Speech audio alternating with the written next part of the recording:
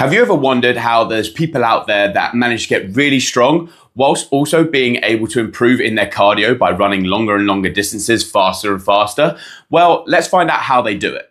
So the first thing I want you to understand when it comes to goal setting is if you've ever heard of the analogy where you try to chase two rabbits, you won't even catch one. All right. What I want you to think about doing is trying to chase after that one rabbit. Okay. Once you've caught that rabbit, you then chase the other rabbit. So the way that this applies in terms of your goal setting is that if I want to get stronger and I want to improve my cardio, trying to do both things at the exact same time to the same level of intensity is going to make it either a lot slower or nearly impossible to reach the targets that I want to reach. So the way we get around this is by thinking of our cardio and our strength as like a percentage of our training. Okay, so what that means is if my goal primarily is to get stronger and then cardio is important but not as important, my main goal is strength, then what I might do is I'm going to dedicate 80% of my training towards strength and the other 20% towards cardio. And I might do this until I hit whatever target it is that I have in my strength. Once I've hit my strength, I then might reverse that and do 80% of cardio and 20% on strength.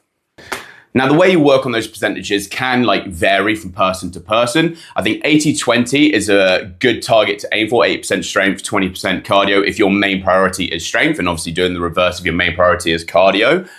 But also just think about it as in throughout the entire year.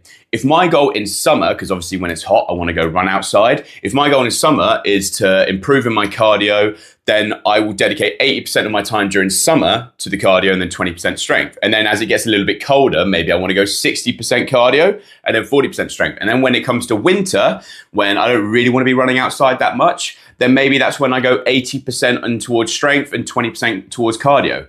And that way we're eliminating the fact that we're trying to chase two rabbits. All right, we're going for one rabbit, and then once we've caught that rabbit, once we finish that 80%, then we go and chase the other rabbit, and we try and get 80% of our training towards the cardio. So just make sure that you're playing around and figuring out when it is you want to achieve a certain goal, okay? And that's totally up to you. If you want to run in winter, go for it. But it depends what's important to you at certain times in the year, okay? And just making sure that you're not trying to achieve both things at the exact same time. Focus on one, and then once you've hit that goal, focus on the other.